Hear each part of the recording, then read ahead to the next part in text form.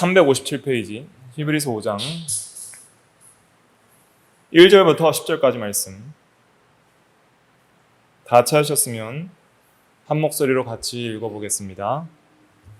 1절 시작. 대제사장마다 사람 가운데 택한 자이므로 하나님께 속한 일에 사람을 위하여 예물과 속죄하는 제사를 드리게 하나니 그가 무식하고 미혹된 자를 능히 용납할 수 있는 것은 자기도 연약에 휩싸여 있음이라. 그러므로 백성을 위하여 속죄제를 드림과 같이 또한 자신을 위하여도 드리는 것이 마땅하니라. 이 종기는 아무도 스스로 취하지 못하고 오직 아론과 같이 하나님의 부르심을 받은 자라야 할 것이니라. 또한 이와 같이 그리스도께서 대제사장 되심도 스스로 영광을 취하심이 아니요 오직 말씀하신 이가 그에게 이르시되 너는 내 아들이니 내가 오늘 너를 낳았다 하셨고, 또한 이와 같이 다른 데서 말씀하시되 내가 영원히 멜기세덱의 반차를 따르는 제사장이라 하셨으니 그는 육체에 계실 때에 자기를 죽음에서 능히 구원하실 이에게 심한 통곡과 눈물로 간구와 소원을 올렸고 그의 경건하심으로 말미암아 들으심을 얻었느니라. 그가 아들이시면서도 받으신 고난으로 순종함을 배워서 온전하게 되셨은즉 자기에게 순종하는 모든 자에게 영원한 구원의 근원이 되시고 하나님께서 멜기세덱의 반차를 따른 대제사장이라 칭하심을 받으셨느니라. 아멘. 이 시간 기독론 14번째 시간으로서 그리스도의 사역 3번째 시간으로서 오늘은 제사장적 사역 첫 번째 시간입니다. 제사장적 사역 1.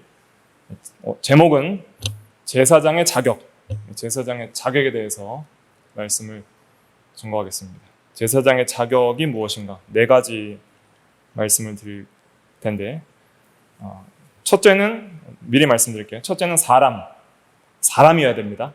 제사장은 천사 안 됩니다. 사람이어야 됩니다. 둘째는 선택과 부르심이 있어야 됩니다. 4절에 1절과 4절 사람 1절, 또 선택과 부르심 1절 4절.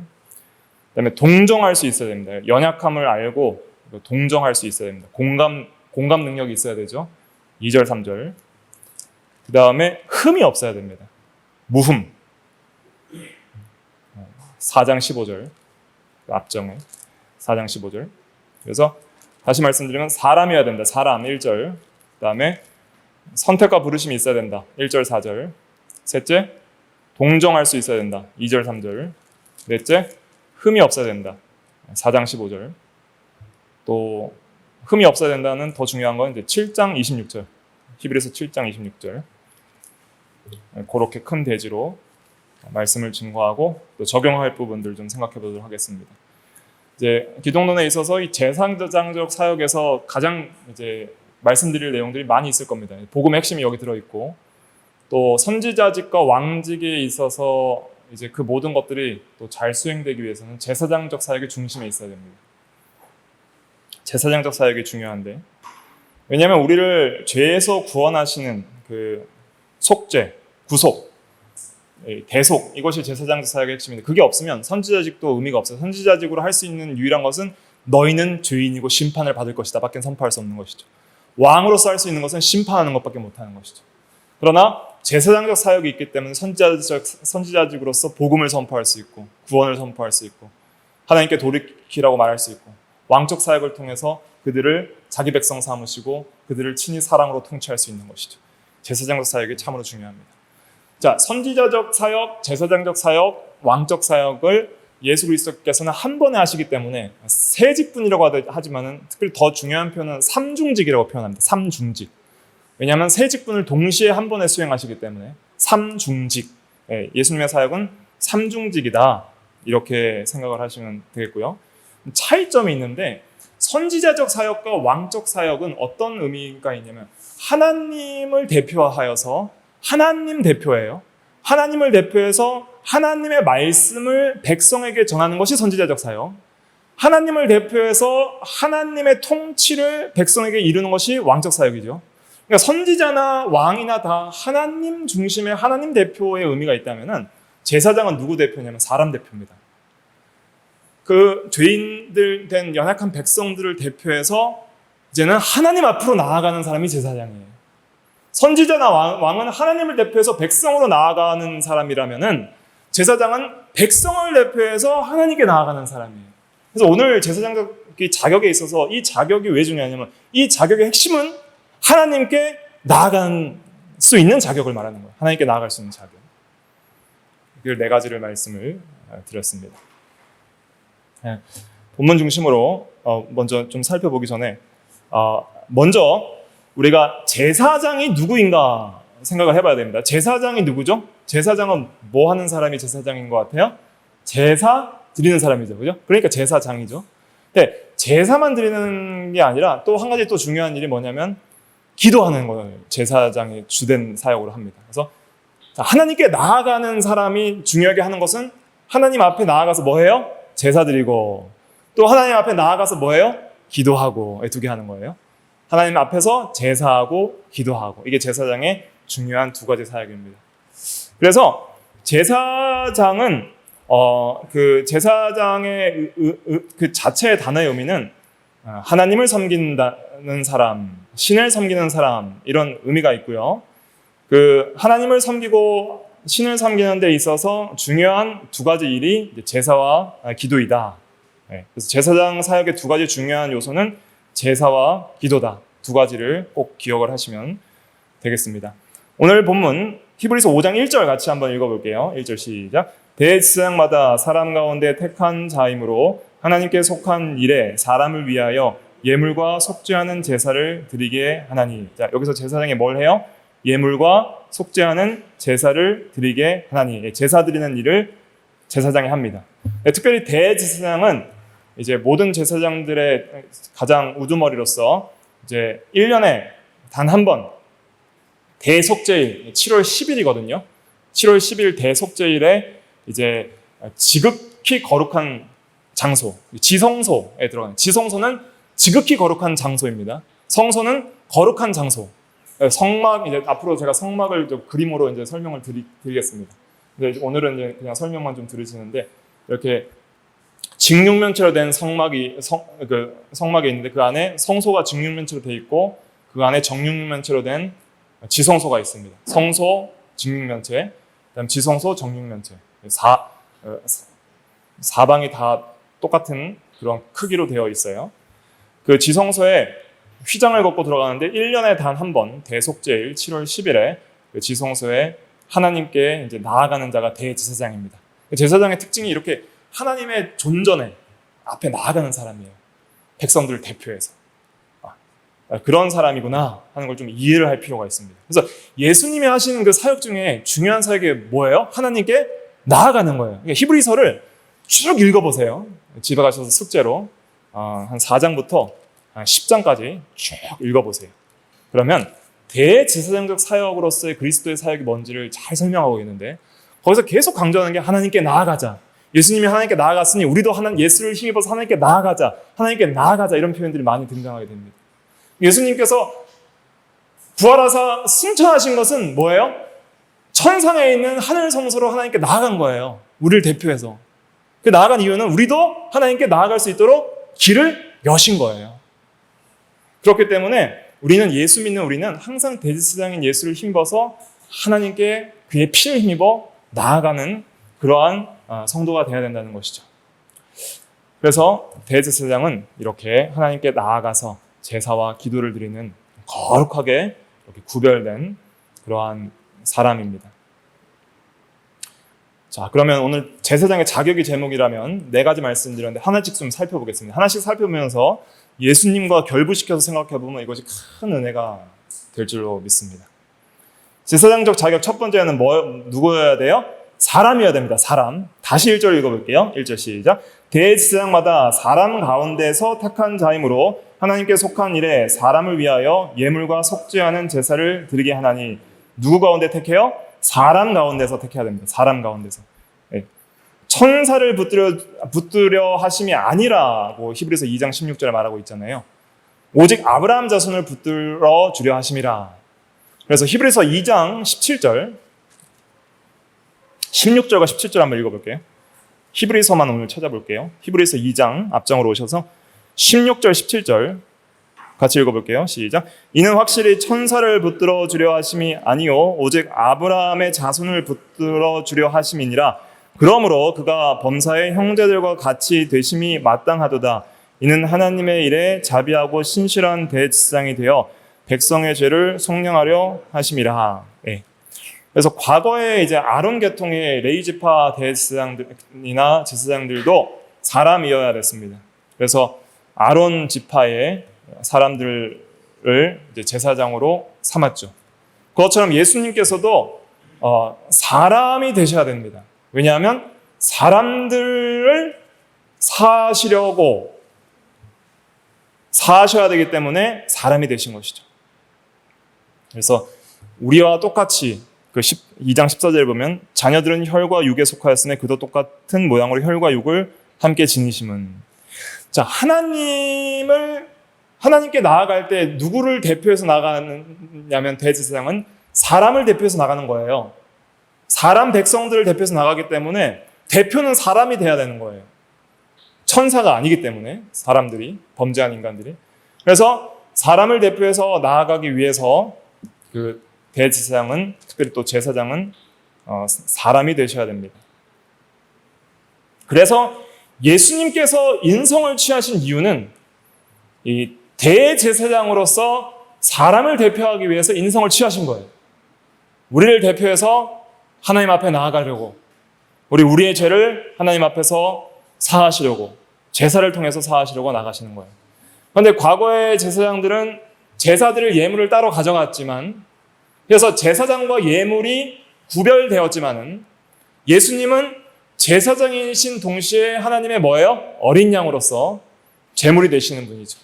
그래서 사람을 대표해서 제사장인 동시에 사람을 구원하시기 위한 대속물과 제물이 되셔서 하나님 앞에 제사를 드리시는 예수님이시다 하는 것을 우리가 생각을 해야 됩니다.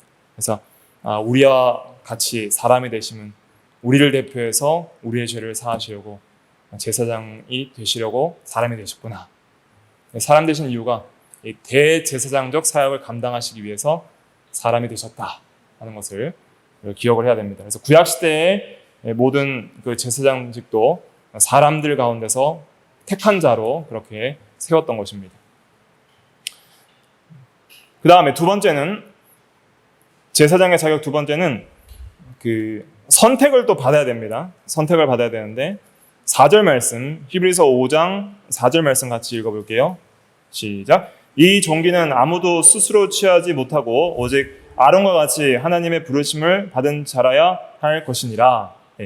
스스로 자기가 대제사장이나 제사장이 되고 싶다고 할 수가 없고 하나님의 선택과 부르심을 받아야 됩니다. 그래서 하나님께서 하나님의 대표로서, 그 백성의 대표로서 하나님이 세우신 그러한 제사장으로 불러주셔야 되는 거예요. 예수님께서는 하나님이 불러주신 부르심이 있는가? 거기에 대해서 이제 설명하는 거죠. 왜냐하면 예수님은 레위 지파가 아니라 누구 지파 자손으로 나셨어요? 유다 지파. 그래서 왕족 지파에서 나셨죠. 그러면 예수님은 레위 지파가 아닌데 어떻게 대제사장이 될 수 있는가? 그것은 아브라함 이전에 멜기세덱의 반차로까지 이제 올라가는 것을 통해서 예수님은 영원한 대제사장이다 하는 것을 히브리서 5장은 증거를 하고 있습니다.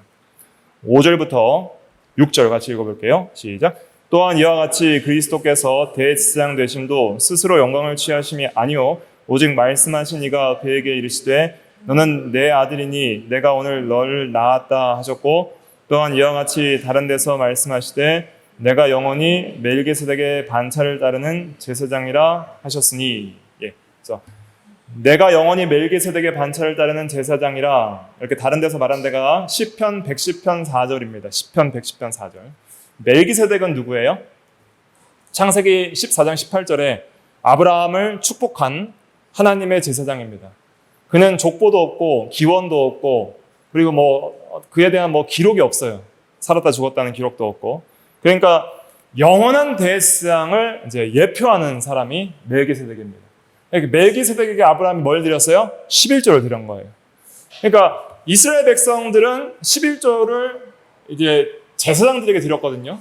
제사장들은 그 11조의 11조를 또 하나님께 드리고, 그런데 레위가 아직 아브라함의 허리에 있을 때에, 아브라함 자손이 아직 태어나기도 전에 아브라함이 레위를 대표해서 누구에게 11조를 드렸다는 거예요? 멜기세덱에게 드렸다는 거예요. 그러니까 멜기세덱은 레위 지파 제사장보다 훨씬 더 존귀하고 위대한 제사장임을 말을 하고 있는 것이죠. 그러니까 그리스도를 멜기세덱의 반차를 따르는 제사장이라 말하는 이유는 뭐냐면, 아론 계통의 제사장보다 훨씬 존귀한 분이시고 하나님의 영원한 제사장으로 세움을 받은 분이 바로 그리스도라는 것을 성경적으로 확증하여서 믿음을 주는 거예요. 사실은 예수님은 그 영원한 제사장이십니다. 영원한 제사장이고, 아론 계통의 제사장, 레위기나 이런 데를 보아서 우리가 알 수 있듯이 아론 계통의 제사장직은 한시적인 예수님을 예표하는 모형적인 제사장들이었어요. 모형적인 제사장이고, 예수님이 영원한 대제사장이다. 그래서 히브리서에서는 예수님을 영원한 대제사장으로서, 참 제사장으로서 이렇게 설명을 하고 있습니다. 그래서 예수님도 하나님의 선택을 받은, 부르심을 받은 대제사장의 자격을 가지신 분이다 하는 것을 우리가 이 말씀을 통해서 깨달을 수가 있습니다.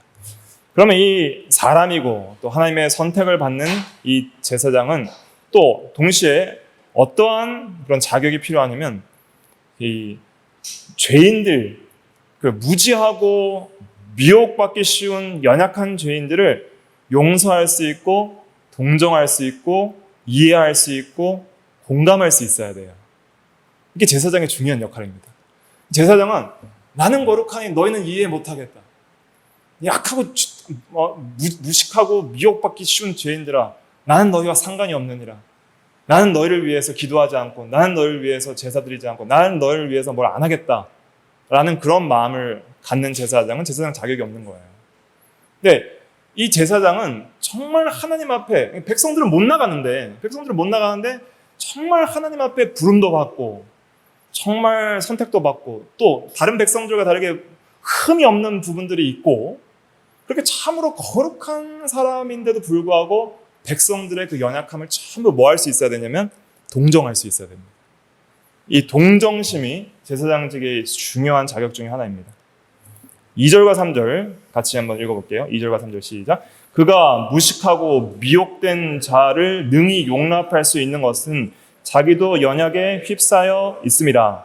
그러므로 백성을 위하여 속죄제를 드린과 같이 또한 자신을 위하여도 드리는 것이 마땅하니라. 이것은 지금 아론 계통의 인간 대제사장을 말하는 것인데, 대제사장들도 하나님 앞에 거룩하게 선택받았고, 또 이 신체적으로 도덕적으로 다른 백성들에 비해서 흠이 없지만은 그도 죄인은 죄인이죠.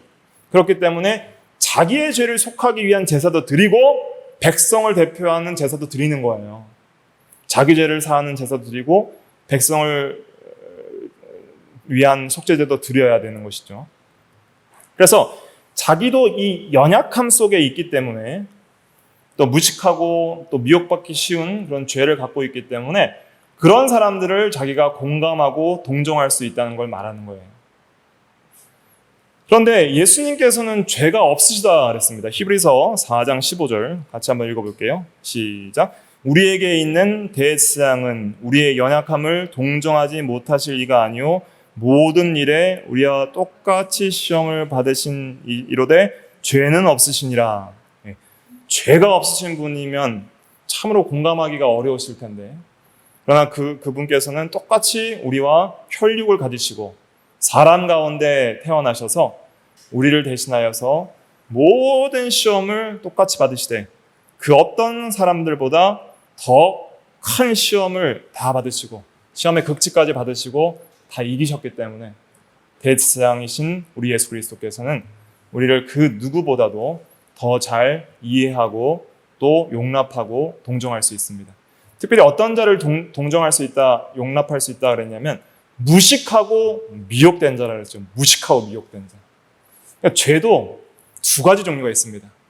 무지와 미혹에 의한 그 오류, 유혹받아서 또 무지해서 짓는 죄가 있어요.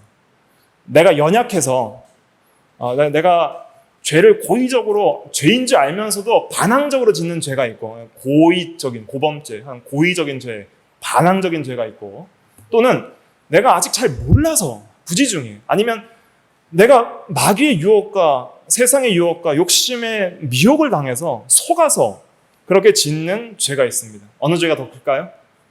고의적인 죄가 성경은 계속 크다고 말하고 있습니다. 그래서 민수기 15장에 보면은, 민수기 15장의 22절부터 32절까지 보면, 찾아보진 않겠습니다. 민수기 15장 24절에 보면, 회중이 부지중에 범죄하였거든 이제 속죄하면은 사하리라는 말씀이 있어요. 민수기 15장 25절 24절에 보면, 그러나 민수기 15장 30절에 보면 고의로 무엇을 범하면 백성 중에서 끊어지리라 그랬습니다.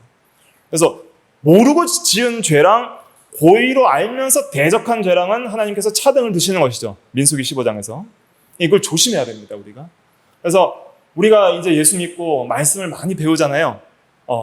많이 배우고 받았는데도 알면서도 고의적으로 악한 의도로 알면서 지은 죄는 더 큰 죄다 하는 것을 우리가 깨닫고 항상 겸손해야 됩니다. 디모데전서 1장 13절에 보면 바울이 이렇게 고백하고 있습니다. 내가 전에는 비방자여 박해자여 폭행자였으나 도리어 긍휼을 입은 것은 내가 믿지 아니할 때에 알지 못하고 행하였음이라. 그래서 알지 못하고 행했기 때문에 교회를 핍박한 대죄를 보면서도 하나님께서 긍휼을 베풀어 주셨다는 것이죠. 예수 그리스도를 믿는 믿음 안에서 우리가 모든 죄 사함을 받지만은 죄의 그 정도에 따라서 그 하나님의 심판이 다르다는 것을 우리가 깨달아야 됩니다. 그래서 우리가 많이 받은 자에게 많이 찾으시고, 많이 선생되지 말라, 또 선생이 먼저 그 가르친 내용대로 그 심판을 받을 거라고 성경은 말하고 있습니다. 그래서 이 히브리서에서도 한번 비침을 받고 은혜를 받은 이후에도 예수 그리스도를 고의적으로 반항하는 죄에 대해서는 다시 사함이 없다는 말씀이 6장에도 등장하고 있습니다. 그래서 우리가 이 6장 6절에 있는데 이미 복음 진리를 배워놓고서도 대놓고 그것을 거절하는 자, 끝까지 그렇게 거절하는 자는 이제 구원에 이르지 못한다는 것을 또 우리가 깨달아야 됩니다.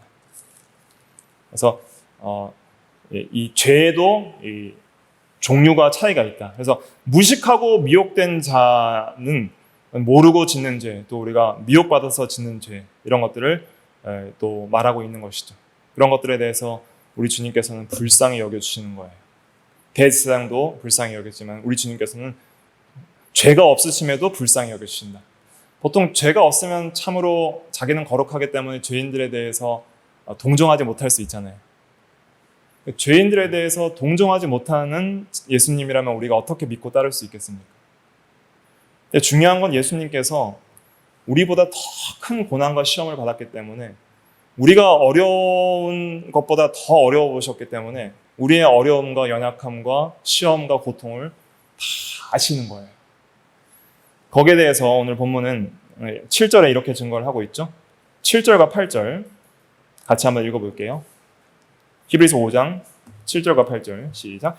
그는 육체에 계실 때 자기를 죽음에서 능히 구원하실 이에게 심한 통곡과 눈물과 간구와 소원을 올렸고 그의 경건하심으로 말미암아 들으심을 얻었느니라. 그가 아들이시면서도 받으신 고난으로 순종함을 배워서. 그가 육체에 계실 때 죽을 고통을 당했다는 거예요. 죽음에서 능히 구원하실 이에게. 그래서 이것은 특별히 겟세마네의 기도를 또 우리가 말한다고 해석할 수 있습니다. 그래서 아버지, 이 잔이 지나가게 하옵소서. 그러나 나의 원대로 마옵시고 아버지의 원대로 하옵소서라고 간절히 3번 기도하셨죠. 그렇게 기도하실 때 땀방울이 핏방울처럼 되어 흐르더라 그랬죠. 그래서 자기를 그 십자가의 고난과 죽음에서 능히 구원하실 수 있는 하나님 아버지께 심한 통곡과 눈물과 간구와 소원을 올렸고, 그의 경건하심과 이 경외하심이라고도 번역할 수 있는데 경외하심으로 말미암아 들으심을 얻어서 십자가의 그 고난을 온전하게 순종함으로 통과하셨죠. 그래서 그는 아들이시면서도, 참 하나님의 아들이시면서도 받으신 고난으로 순종을 배웠다 그랬습니다. 이 말 뜻은 무엇이냐면 고난 중에도 온전히 순종하셨다, 이런 뜻입니다. 네, 순종하기 제일 어려운 때는 언제예요? 고난의 때입니다. 고난의 때 하나님의 선하심을 의심하기 쉽습니다. 하나님의 전능하심을 의심하기 쉽습니다. 하나님의 약속의 말씀을 의심하기 쉽습니다. 하나님의 함께하심을 의심하기 쉽습니다. 그러나 그 고난 중에서도 예수님은 절대로 하나님에 대한 믿음과 사랑과 소망을 포기하지 않으셨고 고난 가운데 순종하여 온전하게 되셨은즉 자기에게 순종하는 모든 자에게 영원한 구원의 근원이 되셔서 그런 순종할 수 있는 힘과 믿음도 그리스도를 믿고 의지하는 모든 사람들에게 공급해 주시는 동정과 긍휼이 풍성하신 제사장, 대제사장이 바로 우리 주 예수 그리스도십니다. 그래서 우리 예수님께 나아가는 모든 자는 주님께서 다 아시고 다 공감해 주시고 다 위로해 주십니다. 어떠한 고난이 있고 어떠한 어려움이 있고 어떠한 상처가 있고 어떠한 아픔이 있을지라도 모든 수고하고 무거운 짐을 다 주님께 내려놓고 맡기십시오. 그럼 주님께서는 내가 너를 모르노라, 공감하지 못하겠노라, 동정하지 못하겠노라 하시지 아니하시고 내가 다 아노라 하시고 우리를 위로하시고 또 안아주시고 우리에게 은혜를 주십니다.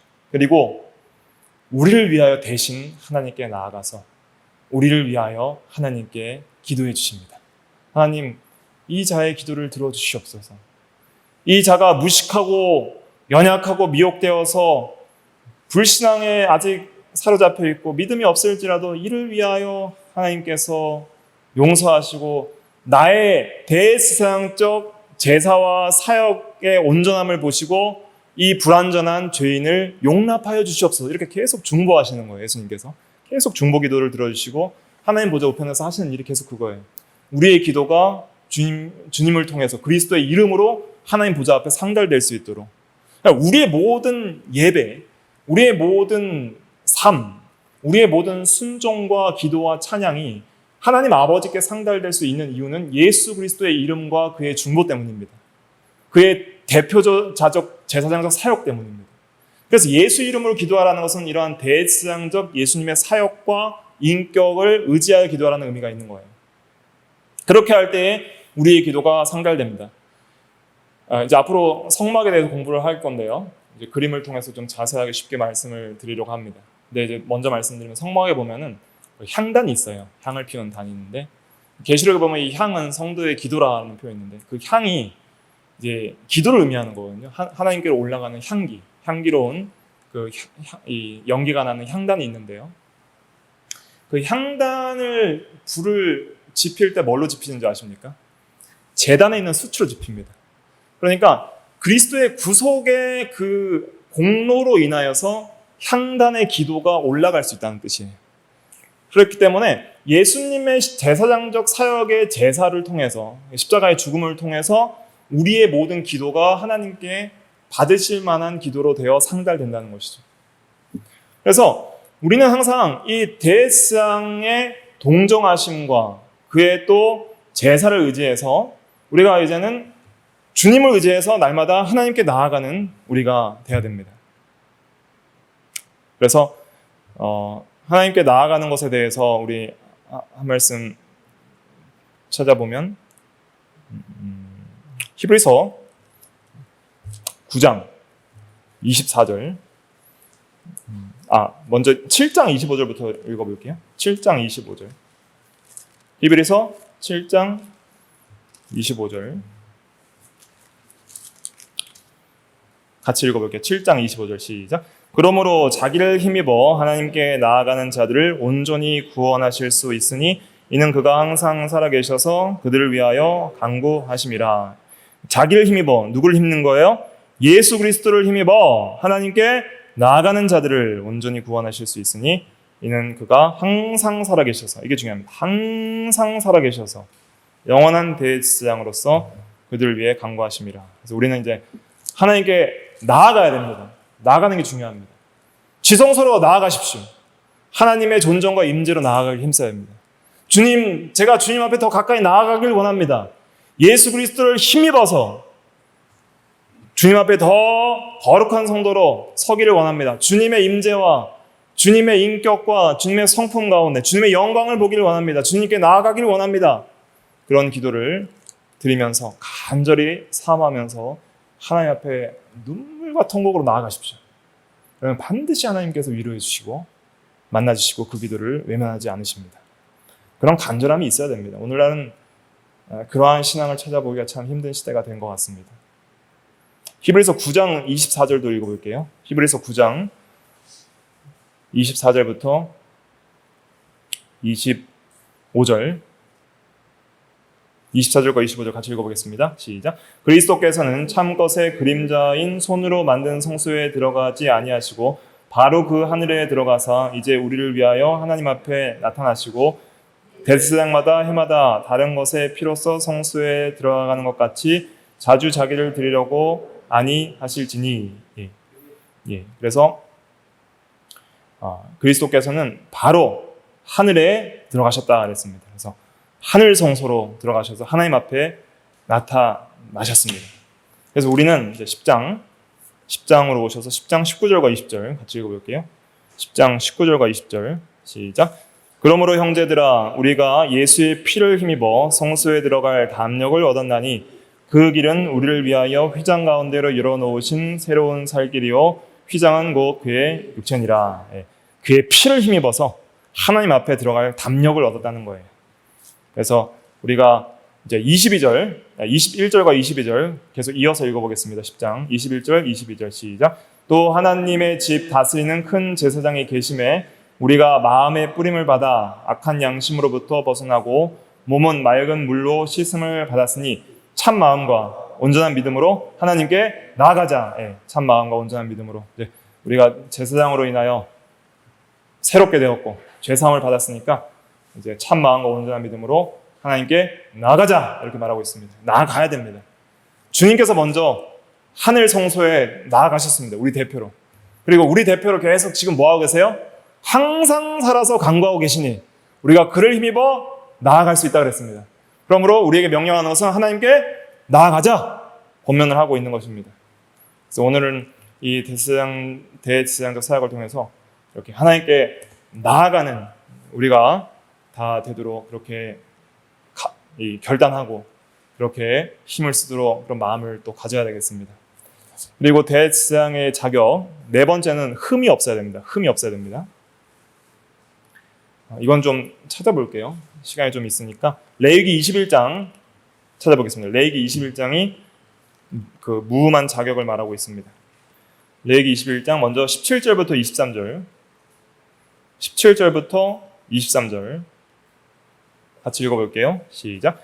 아론에게 말하여 이르라. 누구든지 너의 자손 중 대대로 육체에 흠이 있는 자는 그 하나님의 음식을 드리려고 가까이 오지 못할 것이니라. 누구든지 흠이 있는 자는 가까이 하지 못할지니 곧 맹인이나 다리 저는 자나 코가 불완전한 자나 지체가 더한 자나 발 부러진 자나 손 부러진 자나 등 굽은 자나 키 못 자란 자나 눈에 백막이 있는 자나 습진이나 버짐이 있는 자나 고안 상한 자나 제사장 아론의 자손 중에 흠이 있는 자는 나와 여호와께 화제를 드리지 못할지니 그는 흠이 있은즉 나와서 그의 하나님께 음식을 드리지 못하느니라. 그래서 신체적으로 흠이 없어야 됩니다. 맹인, 다리 저는 자, 코 불완전, 지체 더한 자, 좀 이런 그 비정상적인 그러한 사람, 또 발 부러진 자, 손 부러진 자, 등 굽은 자, 이런 자들은 제사장이 될 수 없다. 이것은 이제 그리스도의 완전함을 상징하는 겁니다. 그리스도의 완전함을 상징하고 또 그 다음에 1절부터 15절에 보면 1절부터 15절 읽지는 않습니다. 읽지는 않는데 제가 그 14절만 같이 읽어볼게요. 14절 시작. 과부나 이혼당한 여자나 창녀짓을 하는 더러운 여인을 취하지 말고 자기 백성 중에서 처녀를 취하여 아내를 삼아. 결혼도 처녀랑만 결혼한 사람이 제사장이 될 수 있습니다. 그래서 도덕적으로도 이렇게 흠이 없는 사람이 되어야 된다. 그래서 대제사장이 완전한 의인은 아니지만 그래도 이런 신체적 도덕적으로 더 엄격하게 흠이 없는 사람 중에서 뽑혔다는 걸 기억을 해야 됩니다. 우리 주 예수 그리스도께서는 흠이 없는 분이죠. 다시 오늘 히브리서로 돌아오셔서 한 구절만 찾아보고 이제 마치겠습니다. 히브리서 4장 15절에는 그 죄가 없으시다는 말씀 있죠. 히브리서 4장 15절. 근데 오늘은 또 7장을 또 볼게요. 7장 26절부터 28절. 히브리서 7장 26절부터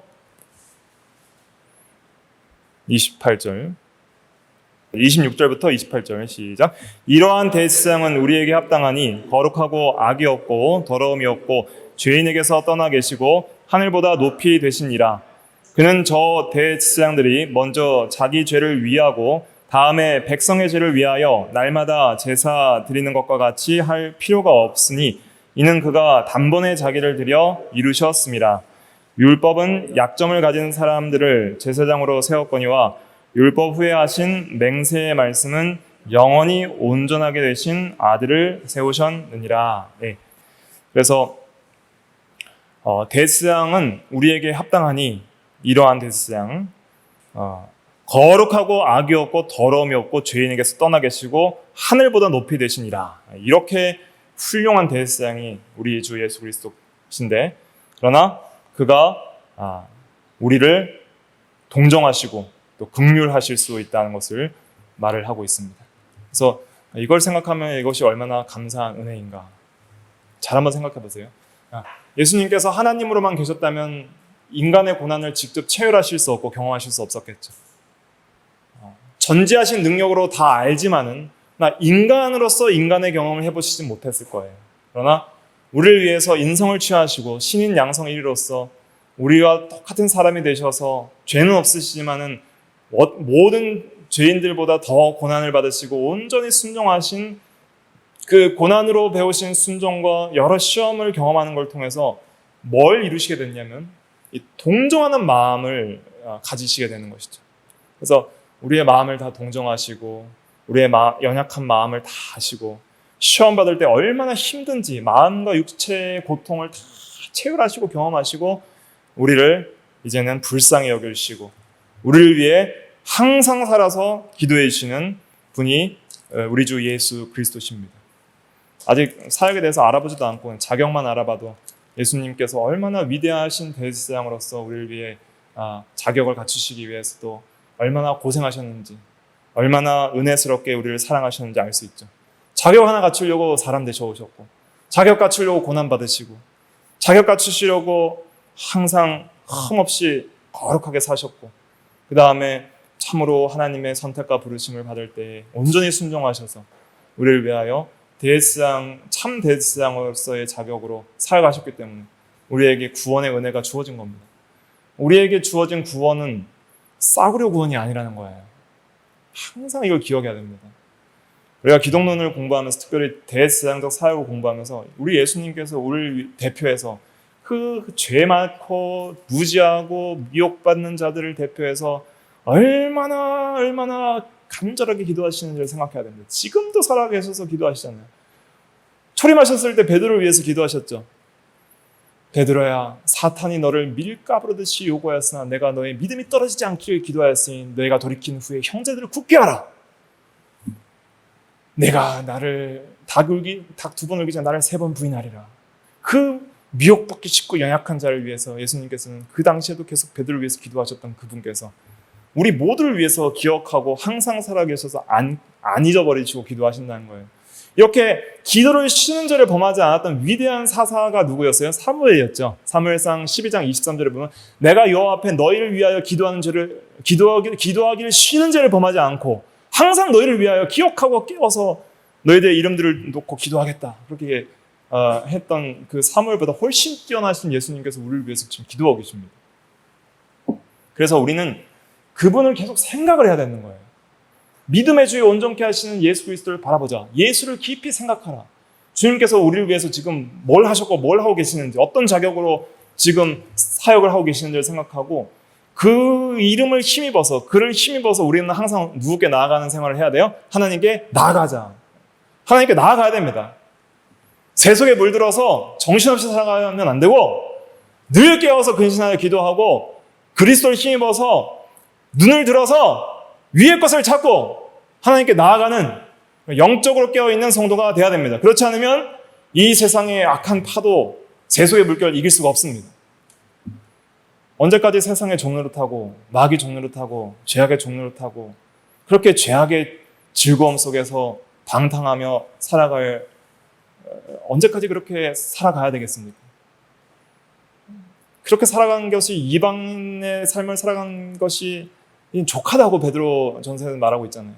우리가 정말 간절히 원하는 것은, 저와 여러분들이 정말 간절히 원하는 것은 무엇입니까? 하나님 앞에서 거룩한 삶이에요. 저도 더 거룩하게 살기 원하는데 저 자신을 보면서 한탄하는 것이고, 여러분들도 정말 더 믿음으로 살고 싶은데 너무나도 연약함 때문에, 우리가 믿음 없음 때문에 우리가 너무 괴로워하잖아요. 무엇이 괴롭습니까? 믿음 없고, 유혹받기 쉽고, 너무 무지하고, 그러니까 얼마나 힘들어요. 거룩하고 경건하게 못 사니까 힘든 거예요. 인간이 왜 힘들어요? 거룩하고 경건하게 못 사니까 힘든 거예요. 저도 그렇고 여러분들도 그렇습니다. 그러니까 이제는 더 하나님께 나아가야 됩니다. 예수 그리스도를 힘입어서 하나님께 나아가면 하나님께서 반드시 위로해 주시고, 내가 너희의 죄를 사하노라, 내가 너희들의 고통을 다 아노라, 내가 너희를 위하여 기도하노라, 내가 너와 함께하노라, 내가 너를 사랑하노라. 우리가 하나님께 나아갈 수 있는 이유는 무엇이냐면, 그리스도를 통하여 하나님의 사랑을 우리에게 나타내 주셨기 때문에. 하나님보다 우리를 더 사랑하는 사람이 없어요. 하나님보다 더 우리를 위하는 분이 없어요. 그리스도보다 우리를 위하여 더 기도하고 우리를 더 위하는 분이 없어요. 그래서 우리는 그분을 사랑하고 그분을 힘입어서 더 하나님께 나아가야 합니다. 왜냐하면 구원받는 우리는 주님과 함께 사랑하는 성도들과 영원히 살아야 돼요. 우리 주님과 사랑하는 성도들과 함께 영원한 새하늘과 새 땅에서 영원히 살 거예요. 그 사랑하는 주님을 이 세상에서 더 사랑하기를 힘써야 됩니다. 그것이 성도의 가장 큰 행복입니다. 하나님 앞에 우리가 다시 죄와 단절되어서 아담이 범죄함으로 하나님을 떠나 동산 숲 가운데 숨었던 것처럼, 하나님을 멀리 떠난 죄인들을 다시 한번 하나님 앞으로 데려오게 하시려고 대지상으로 예수님께서 사역하신 거예요. 그래서 먼저 하나님 앞에 대표로 나아가신 다음에 그 대표로서 우리를 인도하시는 거예요. 그를 힘입어서 계속 하나님께 오라고 하시는 거예요. 여호와께 돌아오라, 하나님께 나아오라, 기도하라, 순종하라, 믿음과 사랑과 소망을 가지라, 생각하라, 기억하라. 계속 성경은 그것을 강조하고 있습니다. 하나님이 너희를 이렇게 사랑하셔서 구원하셨다. 그러므로 순종하라, 기억하라, 돌아오라, 회개하라. 그러므로 우리는 그것이 살 길인 줄 알고, 그 휘장 가운데로 열어놓으신 새로운 먼 길이에요. 히브리서 10장 20절 같이 읽어볼게요. 히브리서 10장 19절과 20절, 요절인데 다시 한번 읽어볼게요. 19절과 20절 시작. 그러므로 형제들아, 우리가 예수의 피를 힘입어 성소에 들어갈 담력을 얻었나니 그 길은 우리를 위하여 휘장 가운데로 열어놓으신 새로운 살 길이요, 휘장은 곧 그의 육체니라. 새로운 살 길이 열렸다는 거예요. 이 하나님께 나아가야 됩니다. 살 길이신 그리스도, 살 길은 그리스도입니다. 그리스도를 통해서 하나님께 나아가야 됩니다. 끝까지 하나님께 나아가지 않고 이 세상에서 죽음을 맛본 자들은 어떻게 되는가? 한 번 죽는 것은 정하신 것이요, 그 후에는 뭐가 있으리라? 심판이 있으리라.